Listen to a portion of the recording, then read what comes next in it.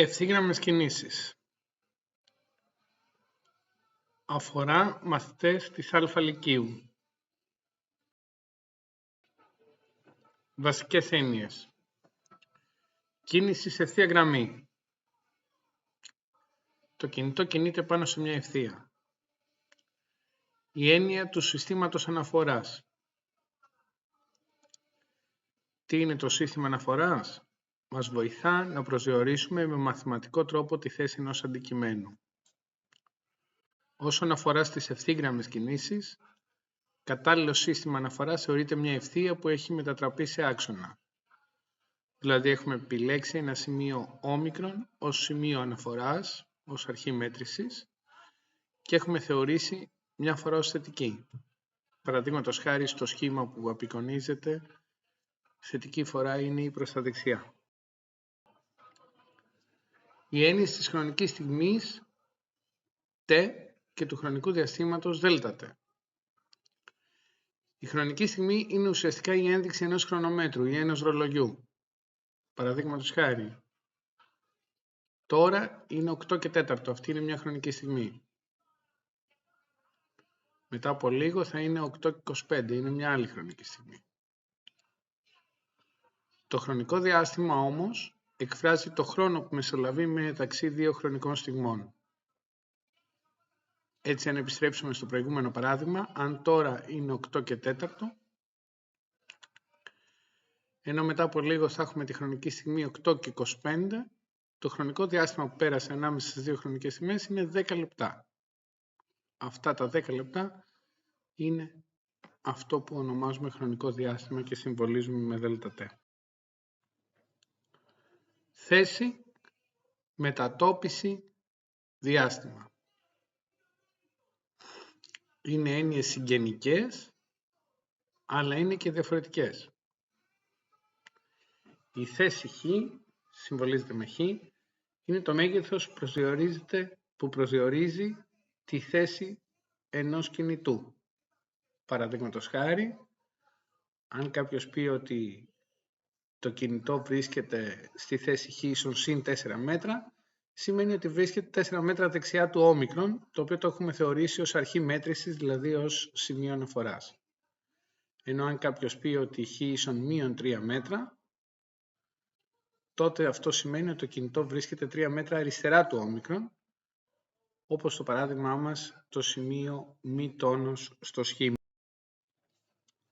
Μετατόπιση ΔΧ είναι το διάνυσμα που μας δείχνει κατά πόσο μετακινήθηκε το σώμα και ξεκινά από την αρχική θέση του κινητού ενώ τελειώνει στην τελική του θέση. Παραδείγματος χάρη, μετατόπιση συν 7 μέτρα σημαίνει ότι το σώμα μετακινήθηκε κατά 7 μέτρα προς τα δεξιά. Ενώ μετατόπιση πλην 4 μέτρα σημαίνει ότι μετακινήθηκε κατά 4 μέτρα προς τα αριστερά. Η μετατόπιση μπορεί να βρεθεί κάνοντας την αφαίρεση τελική θέση μείον αρχική. Το διάστημα S εκφράζει το μήκος της τροχιάς που διανύει το κινητό και είναι μέγεθος μονόμετρο. Δεν έχει δηλαδή κατεύθυνση, δεν έχει φορά. Παράδειγμα, ένα σώμα ξεκινά από ένα σημείο ενός άξονα που έχει θετική φορά προς τα δεξιά. Αρχικά μετατοπίζεται προς τα δεξιά κατά 2 μέτρα, δηλαδή μετατοπίζεται προς θετική κατεύθυνση. Ενώ μετά μετατοπίζεται κατά 2 μέτρα προς αριστερά, δηλαδή προς την αρνητική κατεύθυνση, οπότε και επανέρχεται στην αρχική θέση από όπου ξεκίνησε, αφού πήγε 2 μέτρα δεξιά και μετά επέστρεψε 2 μέτρα αριστερά. Ενώ η μετατόπιση του σώματος ήταν συνολικά 0, αφού τελικά ξαναγυρνά στην αρχική του θέση, το διάστημα όμως που διήνυσε ήταν 4 μέτρα, καθώς τόσα ήταν τα μέτρα που συνολικά προχώρησε, δηλαδή το μήκος τροχιάς που διέγραψε. Βασικά είδη ευθύγραμμων κινήσεων είναι 3. Η ευθύγραμμη ομαλή, σε αυτήν η ταχύτητα παραμένει σταθερή, και η ευθύγραμμη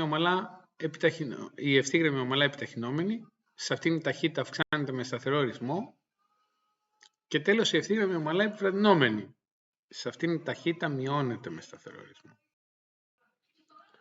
Αριθμητικά παραδείγματα για τα βασικά είδη ευθύγραμμων κινήσεων. Παρατηρήστε στο πρώτο παράδειγμα, μετριέται η ταχύτητα κάθε 1 δευτερόλεπτο. Δηλαδή έχουμε μετρήσει την ταχύτητα στις χρονικές στιγμές 0, 1, 2, 3, 4 σεκόντ. Παρατηρούμε στο πρώτο παράδειγμα ότι τη χρονική στιγμή 0 η ταχύτητα του σώματος είναι 8 μέτρα σεκόντ. Μετά από 1 δευτερόλεπτο, δηλαδή τη χρονική στιγμή 1 σεκόντ, πάλι είναι 8 μέτρα σεκόντ. Μετά από 1 δευτερόλεπτο, δηλαδή τη χρονική στιγμή 2 σεκόντ, πάλι είναι 8 μέτρα σεκόντ. Μετά από ακόμη 1 δευτερόλεπτο, τη χρονική στιγμή 3 σεκόντ, είναι πάλι 8 μέτρα ανά σεκόντ ταχύτητα. Μετά από ακόμη 1 δευτερόλεπτο, τη χρονική στιγμή 4 σεκόντ, είναι και πάλι 8 μέτρα ανά σεκόντ. Τι παρατηρούμε?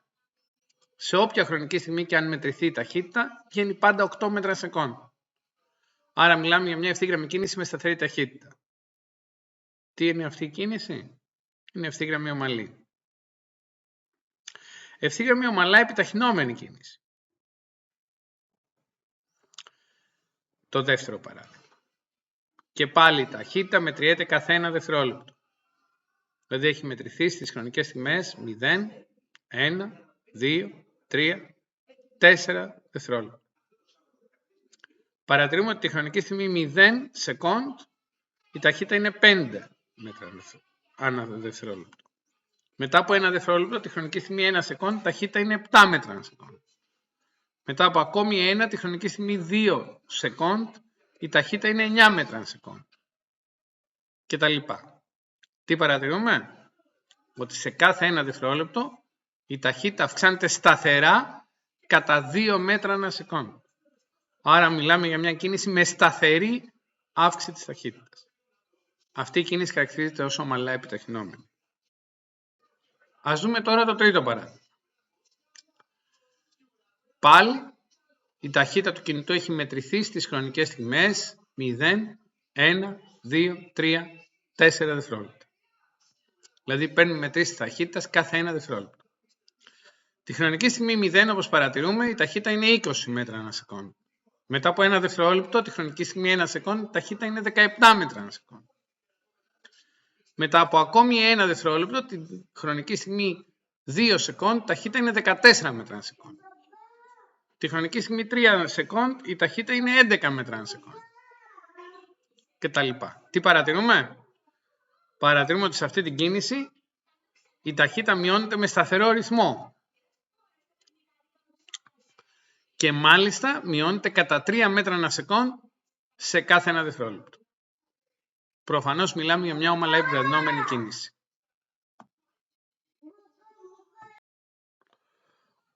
Όπως λοιπόν μπορούμε να διαβάσουμε, στο πρώτο παράδειγμα η ταχύτητα ήταν συνέχεια 8 μέτρα ανά σεκόντ και συνεπώς πρόκειται για μια ευθύγραμμη ομαλή κίνηση.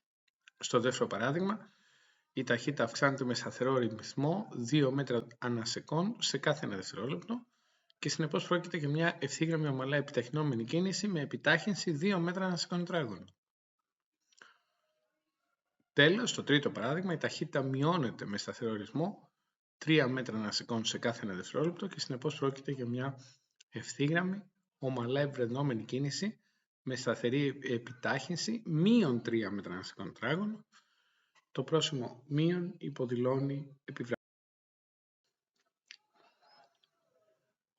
Όσον αφορά τώρα στην ευθύγραμμη ομαλή κίνηση, είπαμε ότι έχουμε σταθερή ταχύτητα. Μαθηματικά περιγράφεται με μία μόνο σχέση που λέει ότι η ταχύτητα μπορεί να βρεθεί διαιρώντας το διάστημα που διανύει το σώμα προς τον αντίστοιχο χρόνο ή ισοδύναμα. Αν θέλουμε να βρούμε το διάστημα που διανύει το σώμα, πολλαπλασιάζουμε την ταχύτητα επί το χρόνο. Η γραφική παράσταση διαστήματος χρόνου είναι ευθεία που αυξάνεται σταθερά.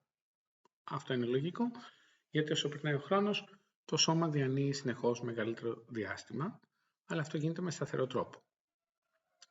Αντίθετα, η γραφική παράσταση ταχύτητας χρόνου, VTAF, είναι ευθεία παράλληλη στον άξονα των χρόνων, πράγμα που μας δείχνει ότι η ταχύτητα μένει σταθερή.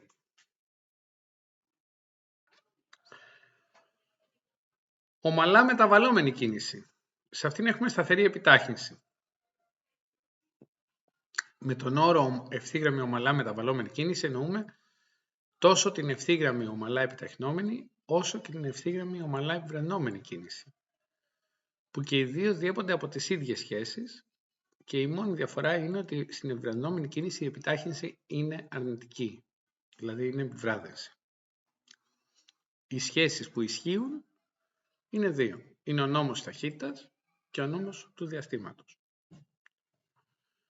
Ο νόμος ταχύτητας μας λέει ότι η ταχύτητα μετά από κάποιο χρόνο είναι ίση με την αρχική ταχύτητα v0 συν την ποσότητα α επί τάφου, όπου α είναι η επιτάχυνση και τάφο χρόνος. Για να βρούμε τη μετατόπιση σε μια τέτοια κίνηση, αρκεί να πολλαπλασιάσουμε την αρχική ταχύτητα v0 επί το χρόνο τάφ και να προσθέσουμε την ποσότητα 1 δεύτερο επί την επιτάχυνση επί το τετράγωνο του χρόνου. Γραφικές παραστάσεις στην ευθύγραμμη ομαλά μεταβαλλόμενη κίνηση. Πρώτα απ' όλα το γράφημα S-τάφ, διαστήματος χρόνου, στην ευθύγραμμη ομαλά επιταχυνόμενη κίνηση αυξάνεται με συνεχώς μεγαλύτερο ρυθμό. Λογικό, για το σώμα διανύει συνεχώς και άλλη απόσταση και όλο ένα πιο γρήγορα. Αυτό είναι φαίνεται στο διάγραμμα α της διαφάνειας. Ενώ στην ευθύγραμμη ομαλά επιβραδυνόμενη κίνηση έχουμε πάλι αύξηση του διαστήματος, γιατί το σώμα συνεχίζει να προχωράει ακόμη και να επιβραδύνεται, αλλά η αύξηση αυτή γίνεται με όλο ένα μικρότερο ρυθμό, όπως μπορούμε να παρατηρήσουμε στο διάγραμμα. Όσον αφορά τώρα το διάγραμμα ταχύτητας χρόνου στην ομαλά μεταβαλλόμενη κίνηση, στην περίπτωση της ομαλά επιταχυνόμενης έχουμε σταθερή αύξηση της ταχύτητας, σχήμα 3α, ενώ στην περίπτωση της ομαλά επιβραδυνόμενης έχουμε σταθερή μείωση της ταχύτητας, δηλαδή μια ευθεία που πέφτει, σχήμα 3β.